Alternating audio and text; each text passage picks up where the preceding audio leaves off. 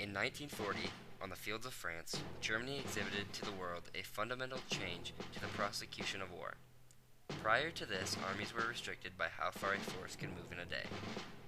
With the advent of tracked vehicles in the world's armies, we entered a new era of mobile warfare that led to an industrial nation like France being overrun in 6 weeks. World War II began with Germany's declaration of war against Poland September 1st, 1939. The British and French joined the war 2 days later.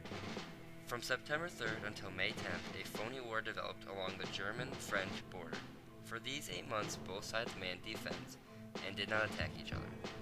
The original High Command plan was for the major push to be through northern Belgium and southern Netherlands. Hitler amended the plans to a diffusion of his armor strength throughout Belgium from Sedan through Ghent. The final plan was written by Manstein and consisted of a shift of the main point of attack from Army Group B in the north to Army Group A in the south. Strong panzer units were to attack where least expected through the presumably impenetrable Ardennes forest, breaking through at Sedan, a French city on the Meuse. Manstein's plan put the French High Command on the horns of a dilemma between a further attack either west or south. Another fundamental innovation in modern warfare was the use of massed armor to create a breakthrough for the following forces to exploit. To do this, Germany developed panzer groups comprising multiple tank and mechanized infantry divisions led by their most able commanders who were well versed in Guderian blitzkrieg tactics. The Allies, on the other hand, diffused their armor strength throughout the front, and therefore were unable to stop Germany's advance. A major innovation was to increase in communications on the German side. They had radio communications with their superior and individual tanks. This helped the Germans coordinate attacks while cut off from their commanding officers. German soldiers were trained to take initiative and continue their attack even when surrounded and without direct contact from their commanders. Franz Halder was a German general and head of the Army High Command, known as OKH, during the invasion of France. He initially disagreed with Hitler that Germany could successfully invade France. He oversaw development of the invasion plans of France, the Low Countries, and the Balkans. By late October of 1939, the bulk of the German army had redeployed to the west. Erich von Manstein was made Chief of Staff of Army Group A in western Germany. Like many of the Army's younger officers, Manstein opposed the original Case Yellow. Manstein, with the informal cooperation of Heinz Guderian, developed his own plan, later known as the Manstein Plan.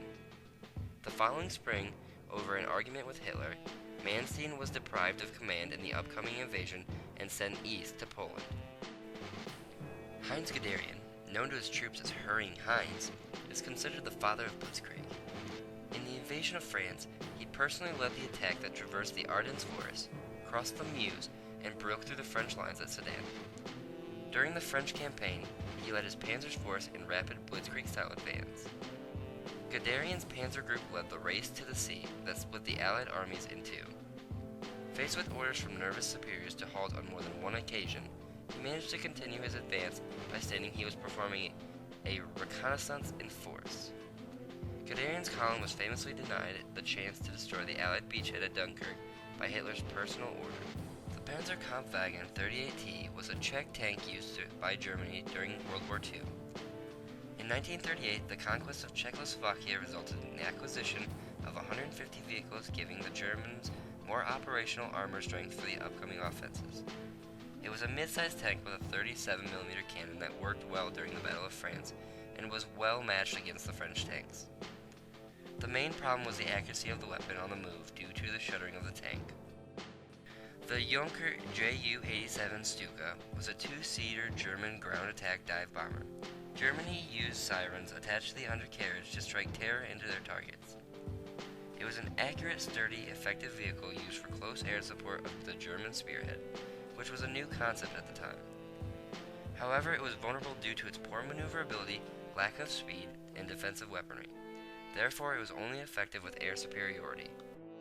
The MG-34 was a German machine gun. It could be used as a light machine gun or attached to a tripod for a heavier role.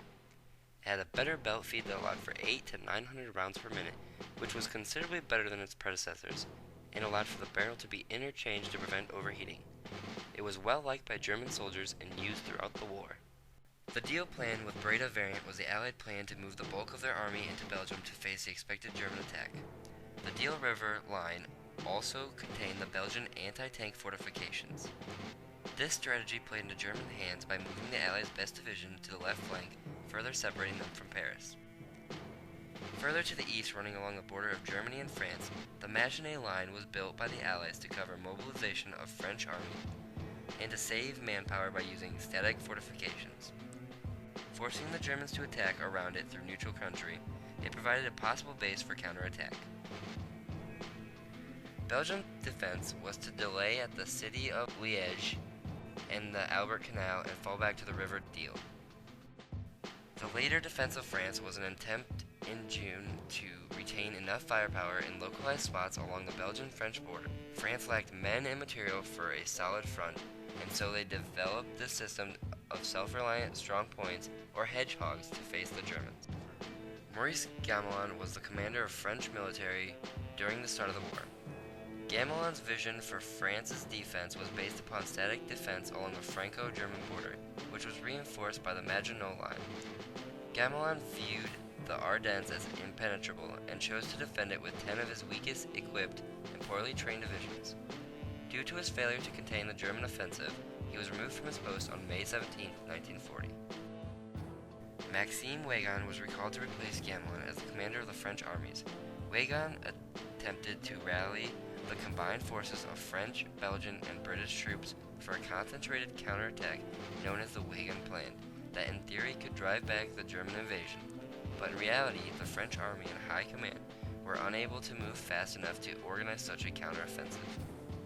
Unable to prevent a German victory, he advised capitulation on June 13, 1940. Lord Gort was named commander of the British Expeditionary Force, or BEF, on September 19, 1940. He later commanded all Allied forces north of the German armored spearhead, then racing through Belgium. In the early hours of May 23rd, Gort ordered a retreat from Arras. By now, he had no faith in the Weygand Plan. Paul Renaud was elected Prime Minister of France less than 2 months before the invasion of France. He was instrumental in the replacement of Gamelin for Weygand. Rather than come to a separate peace with Germany, he resigned June 16th. Marshal Philippe Pétain was a decorated hero of World War I. He replaced Renaud as the leader of the Third Republic and signed the armistice on June 22, 1940. His legacy became synonymous with the Vichy collaborationist government. Following the resignation of Neville Chamberlain on May 10, 1940, Winston Churchill became Prime Minister of Britain. He was a long-time proponent of rearmament and opposed Germany's bellicose foreign policy from the early 1930s onward. The Matilda II was a British infantry tank that served its role very well because German anti-tank weaponry was largely ineffective on it. It was first used in the Battle of France. Its cannon was of 40mm caliber, and its armor thickness was only penetrable by the German 88 anti-aircraft gun or a direct hit from a Stuka. It was a very slow-moving tank with an off-road speed of 9 miles per hour. The Char B-1 Biz was France's heaviest tank of the invasion. A total of 369 were built in time for the battle, and it had 60mm of protection on the front glacis. It was slow traveling at 20 km per hour and only carried 6 hours of fuel. Offensively, the tank sported a 47mm cannon in its turret and a 75mm howitzer, firing in the forward arc. During the Battle of France, the Char B was a formidable opponent because the German countermeasures were incapable of taking it out. Had the French used their armor in mass formations, they would have been able to match the German thrusts. The Universal Carrier was first produced in 1934. During the Battle of France, it was one of the only effective methods of track transportation for troops, supplies, and equipment. It assisted in the retreat to Dunkirk as more of a transport than a fighting vehicle. The Hawker Hurricane was a British single-seat fighter that was widely used in